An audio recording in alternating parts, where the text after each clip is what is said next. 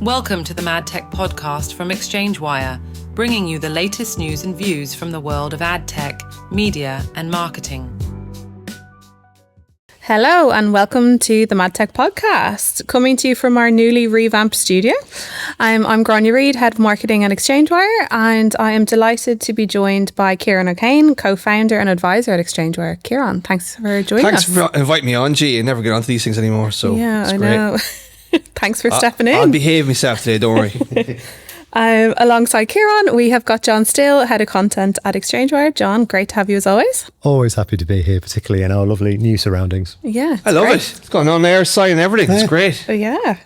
Well, as always, we're going to be diving into three major news stories making headlines this week. The Federal Trade Commission locks in Omnicon-IPG deal with stricter ad rules. OpenAI is hiring for ad tech growth, while Sora adds opt-out rule for copyright holders. And Spotify rolls out new AI policies to protect artists, songwriters and producers. So first up, the Federal Trade Commission has approved a revised final consent order for Omnicom's $13.5 billion acquisition of Interpublic Group.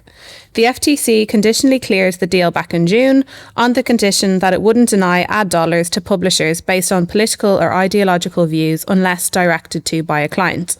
Following a mandatory public comment period, these conditions have now been locked in, adding a compliance monitor to ensure the restrictions apply only within the US. The European Union is still reviewing the deal. Ciaran, do you think it's necessary for the FTC to include these conditions in its approval for the acquisition? I don't think so. Probably because the environment has changed around advertising on these brand unsafe sites and content providers. So I don't think it's really necessary. I mean, it feels like a sort of overreach. I mean, the FTC has been involved in some sort of weird sort of activity the last couple of months. The Jimmy Kimmel fiasco is a good example of that. So I think just basically the FTC seem to be flexing muscles for their dear leader, Donald.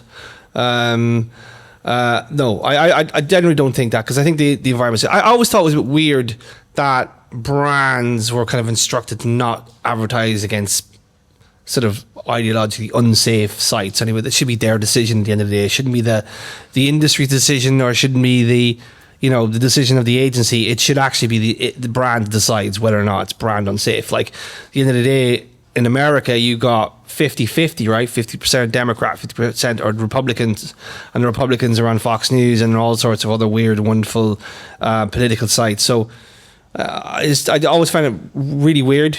The whole Elon thing was hilarious. He sued them, the industry body. I can't remember the name of it. GAM, yeah.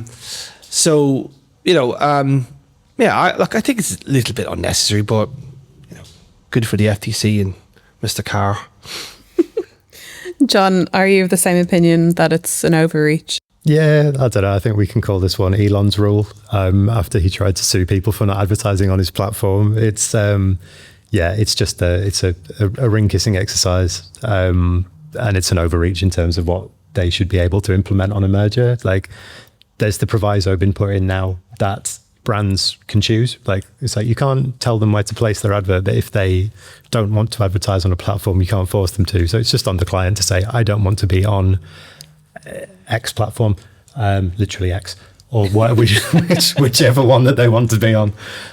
So it's an overreach and it's an overstep for window dressing as far as I'm concerned. Like, there's no weight in that anymore. But they have to be visible and overseeing these things, I suppose. But I don't see any need for it to have ever been brought in. And now the client proviso is a catch-all, a get-out for everyone. How do you think these restrictions might influence future mergers in the advertising sector?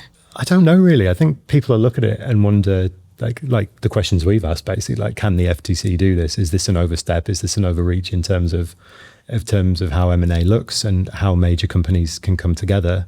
I'm not sure it'll be much of a deterrent towards business being done. I'd hope not.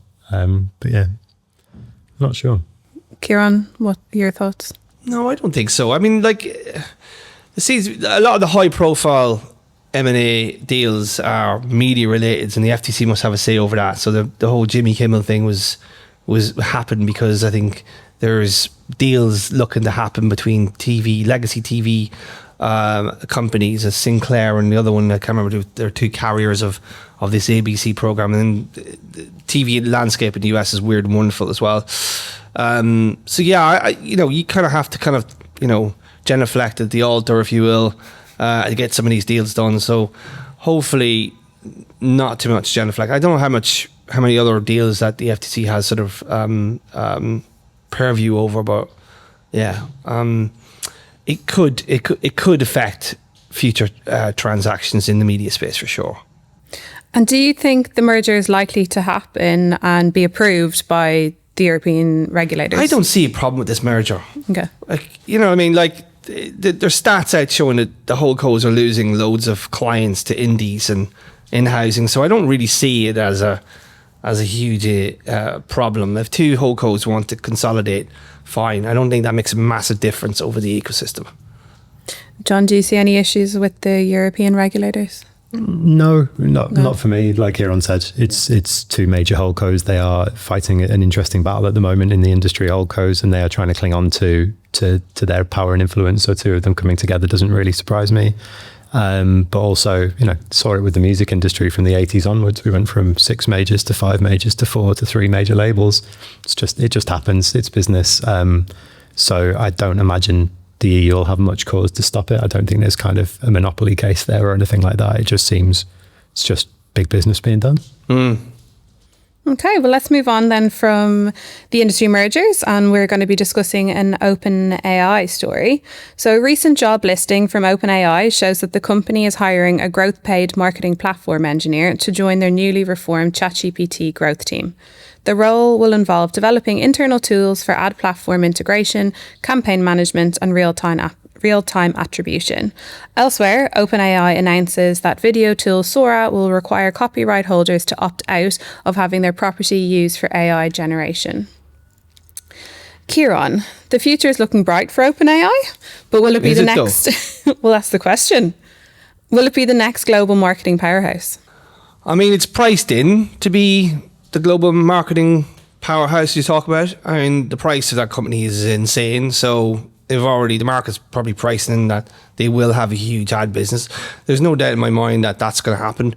I mean, OpenAI is some interesting sort of stats around what people are using OpenAI versus the likes of Claude. Claude seems to be more of a B2B platform that's used by developers and sort of B2B companies to sort of build AI capabilities internally, whereas OpenAI and ChatGPT is used by people around this table probably for give me a recipe for an angry 3-year-old, or what's the best places to go in New York, give me a list of 5, or just using it as a summary tool. It's a sort of more of a Q&A search entity, and that suggests that there is a huge ad business there for I mean, obviously their user base is massive, OpenAI. So I'm surprised it's taken this long to switch on ads, and I think it will be an absolutely massive business for them. If you think about the sketch that I did for ATS London that Rachel presented on stage during her intro, the idea of the lower funnel sort of goes away, right? So you look at the marketing funnel shrinks, and everybody's going straight to the prompt. You go to the prompt, that then gives you an environment to show ads, right? So, OpenAI and ChatGPT is in a really strong position to build a very big ad business, because traditional search is going to start to sort of dissipate. It takes a long time to break habits, but once that OpenAI ChatGPT ad business is up and running, you will see just a huge pressure of money heading that direction, and they're getting ahead of it. They're hiring that's a pretty big role, and I'm sure they're going to hire many positions, and they're going to bring some really high-end, high-profile individuals in to run that business. I mean, they'll start nicking from Meta, and they'll start nicking from Google. They'll start nicking from good people across the industry. So yeah, that is the secret power, I think, of OpenAI and ChatGPT. And it will be a big business. So is the future looking bright for them? I don't know, because they're doing all these mad, like Sam Altman is one of the greatest bullshitters in the history of tech, right? He is an absolute genius about spinning nonsense in the market. Like some of these investments from Oracle and Nvidia seem to be like money pass from Peter to Paul. It's just, there's no money actually landing. So there's a lot of nonsense. But the ad business could be the killer. Although there's people out there who would argue against that, saying that like there's just not enough surface area for it to have huge revenue. But then if you've got 500 million people who are doing an unbelievable amount of things, they can have a freemium product and they can have a paid product. And the freemium is obviously advertising, right? And the amount of data, real-time intent data that they're collecting that they could use to sow ads would be huge. And obviously with the e-commerce piece, they've got the perfect attribution, right? So click that. Last click attribution, if you will. We just replace Google with OpenAI. And I think the future is bright for them on the ad business for sure. John, what opportunities can we expect for advertisers from this? I think Ciaran's just covered it off really. Like the opportunities are huge. I think ChatGPT and OpenAI going in the advertising business has probably been the worst kept secret in the industry. This has been coming for months and everyone knows it. And it's the most natural step, of course. They have all this intent. People are asking them questions from basic stuff. Like you said, Ciaran, like give me a recipe for a 3-year-old, tell me how to air fry a chicken breast. And the next thing you can buy an air fryer in ChatGPT. Of course, like there's advertising intent is, it's going to be a wicked tool for them.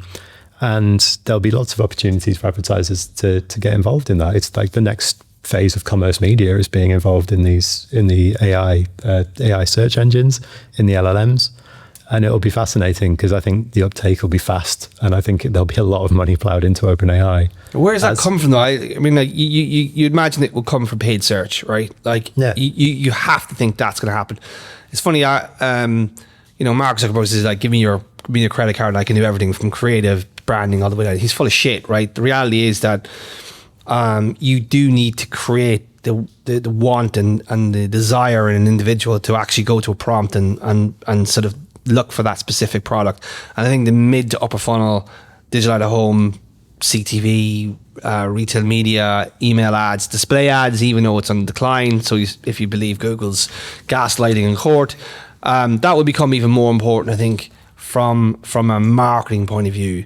So actually we're in a good position as an industry to take advantage of that.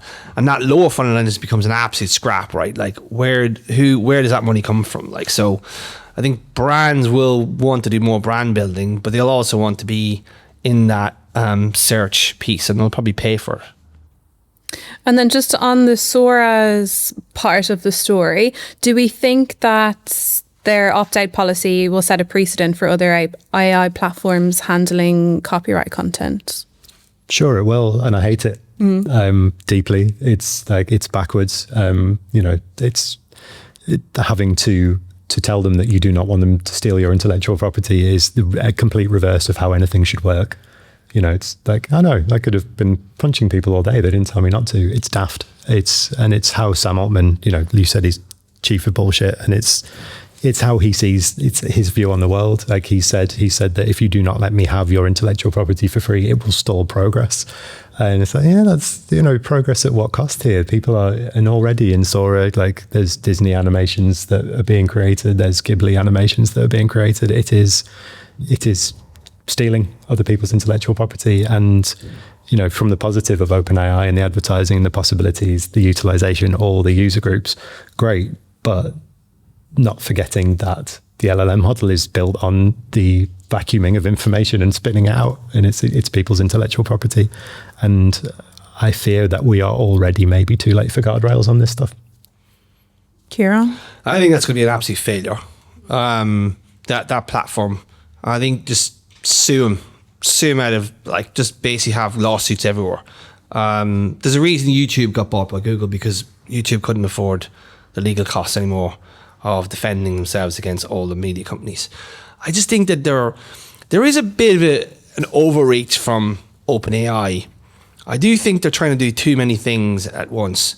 To build like a video platform is very difficult. Obviously Meta did it, I suppose, from a standing start, but they already had a very successful social media platform. And I suppose he's thinking, I can just use the 500 million to build this AI platform.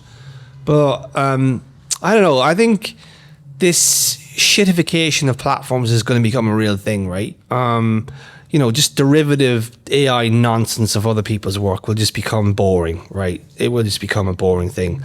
Will users create stuff? Maybe that's the next thing. But I just feel that, I keep referencing AI as toasters. This is a Battlestar Galactica sci-fi reference, by the way. In the series, they call them toasters, right? So that's why it's a toaster produced content, TPC. I think people will start getting. I think people will start going, this is just derivative shit, right? It's a bit like listening to Coldplay every day, right? You know what I mean? It's like all their albums sound like the first album. So eventually your brain rots and you become very boring, or you become a CEO and have an affair with your associate, and get caught live on TV or a big screen. So this is what happens when you listen to Coldplay. Just do bad things. So I think if I was a media company, I would be getting a team to opt out of everything, and I would be suing them for any misuse of content IP, basically. What can you do? The man has no scruples, man. He just doesn't give a shit.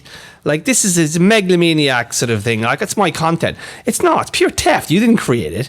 And all you're doing is repurposing it for your own financial gain. So I think, we need to, if you're in that position, sue, baby, sue. Yep. Great. Well, let's move on to a story that is discussing the platform where you'll listen to your Coldplay music, Spotify. Never. Spotify has introduced platform updates and policy changes which aim to protect artists, songwriters and producers from the misuse of AI. One of the measures is stricter enforcement against impersonation, particularly through the use of AI-generated vocal deepfakes. Following the updates to its rules, vocal impersonation will only be permitted if the artist being mimicked has given explicit authorization. Spotify is also introducing AI disclosures in music credits, which will also allow artists and rights holders to specify how AI contributed to a track. Spotify said the move aims to increase transparency without penalising artists who use AI responsibly. John, do you think these measures are enough to protect artists, songwriters and producers? Probably not enough, but it's actually slightly encouraging to hear that. I've got, the industry has an awful lot of issues with Spotify and the amount it pays per track. I mean, it's impossible for musicians to make a living off it. It is so poor, the remuneration for them. But the AI is a massive challenge for that. And Spotify, they've taken down 75 million songs in the last week from the platform, which is a huge amount. They've done a proper cut and burn of the AI crap that was on there. And it is, for all, Spotify has many, many issues. This is encouraging for at least keeping the platform of a certain quality and not just filling it, because it has and it will continue to fill up with slop. But it's good to know that they're putting the guardrails there to have it removed. I feel we actually probably discussed a story like this a couple of months ago on the podcast, and we said it would take a very long time. So I think it's probably happened a little bit sooner than we initially thought. Yeah, I think, they've had issues. Spotify have had issues with their kind of business model. Daniel Ek just announced he's leaving, being replaced by 2 new CEOs in the company. So there's big changes. But yeah, I'm all for the removal of AI slop. I appreciate as well that they are, people who use AI responsibly for useful things it's an interesting one to try and determine, but it's good that they are seeing that is a possibility while getting rid of kind of unadulterated AI crap. So yeah, fair play, Spotify. I just don't think it makes any difference. I mean, how many bands have done shit albums? Ultimately, I think what's going to happen here is live music is where artists really make money, right? Touring, all the rest of it. And as John said, the music has become a commodity. It's been commoditized anyway by the likes of Spotify. So how much more commoditization will happen? Probably a lot, because AI is just going to mimic it. I'm not even sure how these people make money. I mean, they'll make money off, if you mimic somebody else's sound, maybe it takes fans away, but ultimately, how do you make money for it? You'll have to go out and tour this music, right? And then, that's where litigation starts. So it is a good move in that sense, but I do think there's going to be a broader pushback against this stuff. I really do. I think the tech bros have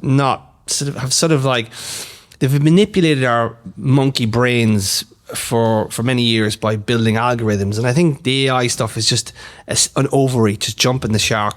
And I think people are going to go back to like real authenticity, because they'll just see all this derivative crap. It's just like LinkedIn, for instance, right? How many answers have been like, how many posts have been built by Gen AI? They're so formulaic. It's like there's no independent thought. Eventually people just go, what's the point? Like, this is like, this is just bullshit, like, and I could see that happening to people on other platforms. It just becomes a habit that they will die, and then becomes, people will start gravitating towards authenticity, right? That's why I think I'm not as down on, the shrinking open web, because the shrinking open web means that quality will up. People will still go to the Wall Street Journal and the Financial Times and the Guardian and the Telegraph and whatever newspaper that tickles your political fancy. I probably got away from myself here, but I think that there's a broader discussion or a broader theme here, right? You can't stop this stuff. It's happening, right? Like, if it's not on Spotify, it'll be all over YouTube, or it'll be all over TikTok, or it'll be all over some other platform, like fucking, what do you call them? Altman's thing. What's the new AI slot feed? What's this new slot feed called? And OpenAI are creating. What's the name of it? Rosa. What's the name of it? Sora. I got it mixed up. Yeah, there you go. So yeah, look, in person authenticity will win out eventually. There will be a cycle around this stuff, excitement, adoption, and then I think people will eventually get bored of it, like a kid with a new toy, basically. I guess the whole point is that it's disclosed that it's AI generated. That's the thing we need to think. I think there's a market there for ad tech or tech to build AI labels across specific content. Particularly for brands, I think, because there's legal issues around this, right? What happens if you start using sort of tracks that are in breach of copyright without the knowing? You could be subsequently sued by an artist, and then the brand is implicated in that. So there are like legal issues around this stuff, and I agree with you. The labeling will have to become a thing, or people will build plugins for AI for LinkedIn. I want someone to have a plugin going AI post, and delete the posts in real time. Now, I'd actually pay for that, because my feed would become cleaner. Yeah. And you realise there's only 2 people actually talk about anything. So do you think then lawmakers should be moving to introduce legislation? Yeah. Yeah. And 2 years ago, they probably should have started. I mean, I think the labelling is really, really important. It's good to be upfront. I mean, as far as honesty goes, we have an AI podcast we release every day that's created through our own words, but through an AI generation system. But we're honest about it. It's labeled as such. It's obviously as such. It's the stuff like that band, Velvet Sundown, that appeared on Spotify, who are completely AI generated and had an album that got millions of listens. It's that Wimbledon influencer, Mia Zello, who people thought was real, and she was in all these pictures, and she was a total AI generation, and she had 2 knees on each leg. And was it any good, the album Velvet? What's it called? I wouldn't touch it. Why not? But I mean, I don't know. I'm open to listen to this stuff. I mean, like, people listen to Coldplay, right? So, why would this Velvet band not be any better? Like, I know, no offense. Like, I'm just saying that I think this is the way things are going to go. Like, if you listen to the music we made in a minute, it's all generic crap. Like, we're not talking about. You're not talking about like the Stone Roses or Happy Mondays. It just doesn't any of those bands left anymore, because they're not making music. We're getting Ciaran onto a musical debate now. Well, it's true. I mean, like, if you're going to go down this route, like, most music becomes so derivative that there's no originality anymore. When's the last great band? You're showing your age, man. But I know probably someone's had this conversation a generation ago, but genuinely speaking, like, if you think about it, there's no bands left anymore, right? Where are they? Where's the great bands like Nirvana and Oasis and Blur and, the Stone Roses? Just isn't anymore. New Deftones record. Deftones are good. The Idols are good as well, but like that's an exception. Those guys are outside of the general sort of like, music industry. Like, so. Yeah, true. But yeah, it's like you were talking, I mean, even down to the authenticity in the live music, like what it's doing to the industry, because I spent 3 hours in a queue to get Radiohead tickets and didn't get them, and I want to go and see Radiohead live. And it's like, it's making that a more expensive luxury experience, going and seeing your favorite band live. You can listen to all the AI crap you want, but if you want that authentic experience, it's like, yeah, pay through the nose for it now. It's altered the dynamics of the industry for sure. I'm sure there's plenty of good bands that are way better than Radiohead playing in some dusty underground club somewhere. Definitely. I hope the kids push back against this. I'm getting sick of it now. They'll all discover punk music and go I to their really local hope clubs. so. I'm worried about the future of humanity. Hey, this is what we're going to be end up like. Yeah. Oh, well, leaving it there on a positive note as we all go off to End of listen to Humanity. End of Humanity, and we're going to go try listen to Velvet's album over lunch. But yeah, thank you both for joining me today, and thank you all for listening. That's it from the MadTech podcast this week, and tune in next week.